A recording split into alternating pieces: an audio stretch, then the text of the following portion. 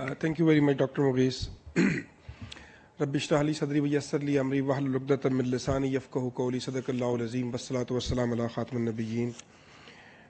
First of all, I want to congratulate Dr. Hussain Mahiuddin, Dr. Mughees, all his team, and especially I want to pay thanks to Dr. Ejaz and the whole management team who has managed and arranged such a wonderful conference today, international conference, which is basically a solid and candid testimony of the endeavors which the Minhaj University has made in this field.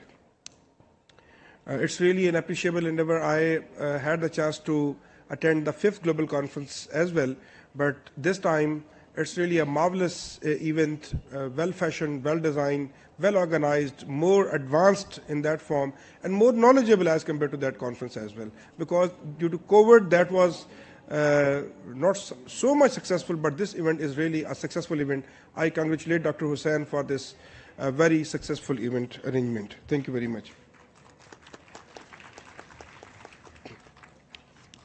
So far as the Islamic social financing is concerned, which is my topic area, I would like to just take the lead from one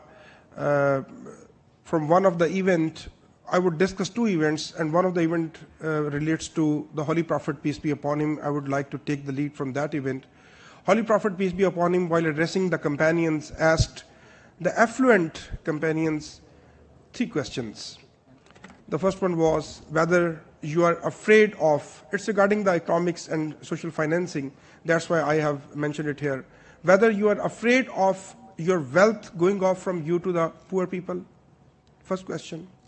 Whether you are afraid that your status would be damaged, whether you are afraid that your clothes would become dirty if you would meet with the poor people.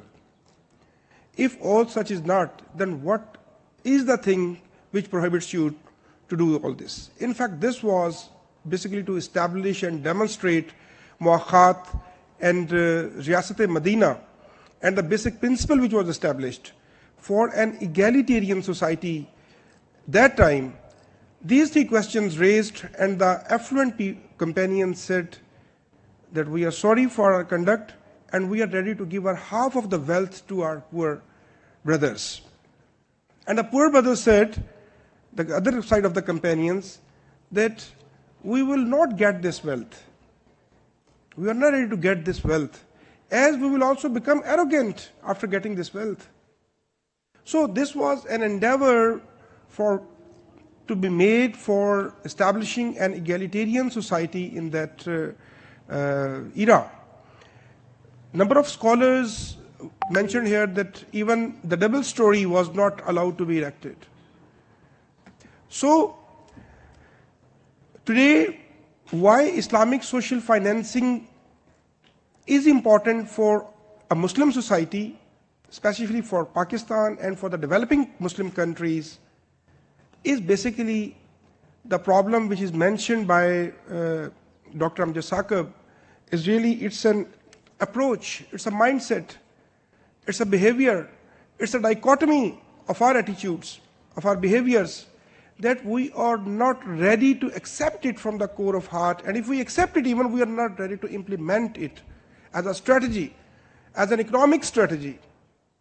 Certainly, I corroborate this viewpoint that we have to adopt such a mindset in a holistic approach, so that would be helpful, and that is the primarily duty of all the educational institutions. This is the very pertinent and relevant forum where today I have to discuss it. I had served as Director General of the Quaid-e-Azam Academy for Educational Development, Government of the Punjab, which is meant for teachers training of more than 400,000 teachers of the Punjab. And my always request to those teachers was the narrative building, the ideological footings, to eradicate the ethical collapse of Pakistan, so that the whole system could change in a holistic manner.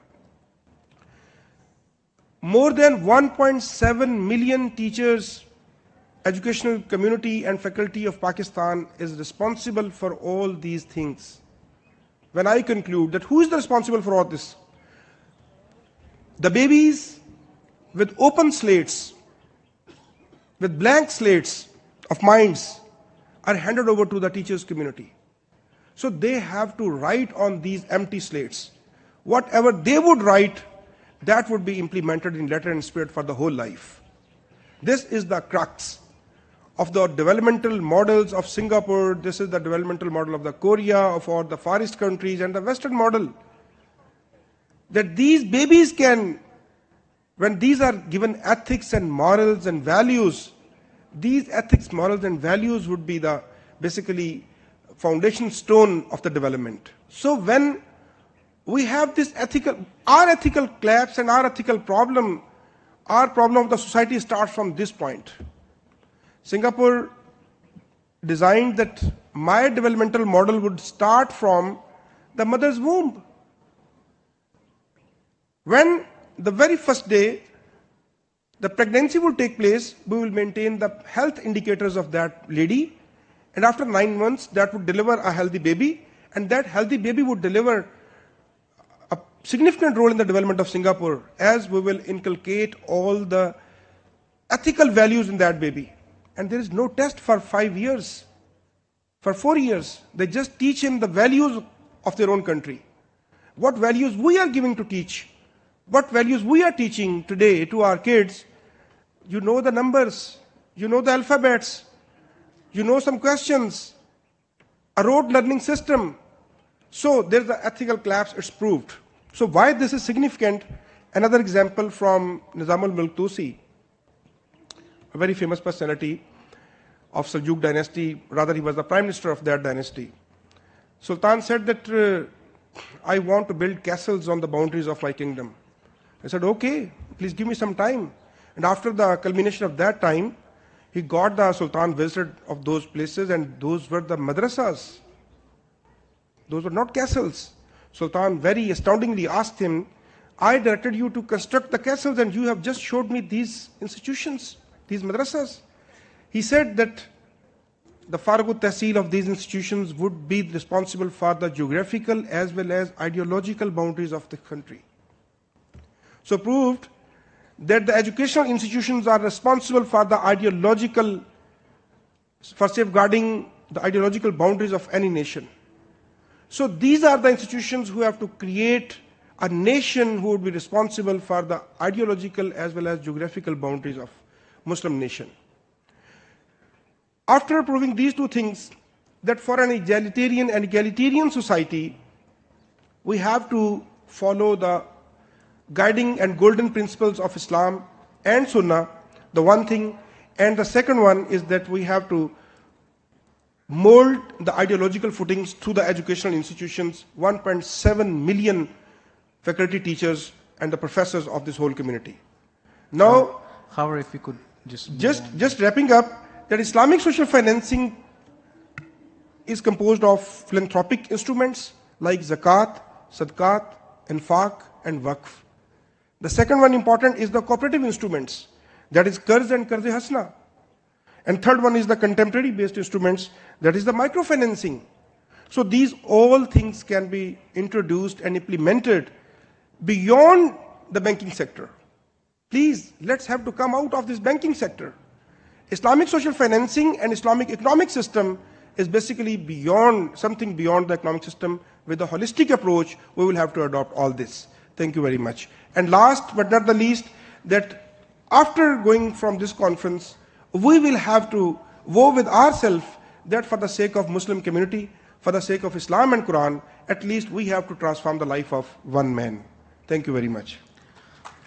Wow, I mean, this is a massive roller coaster of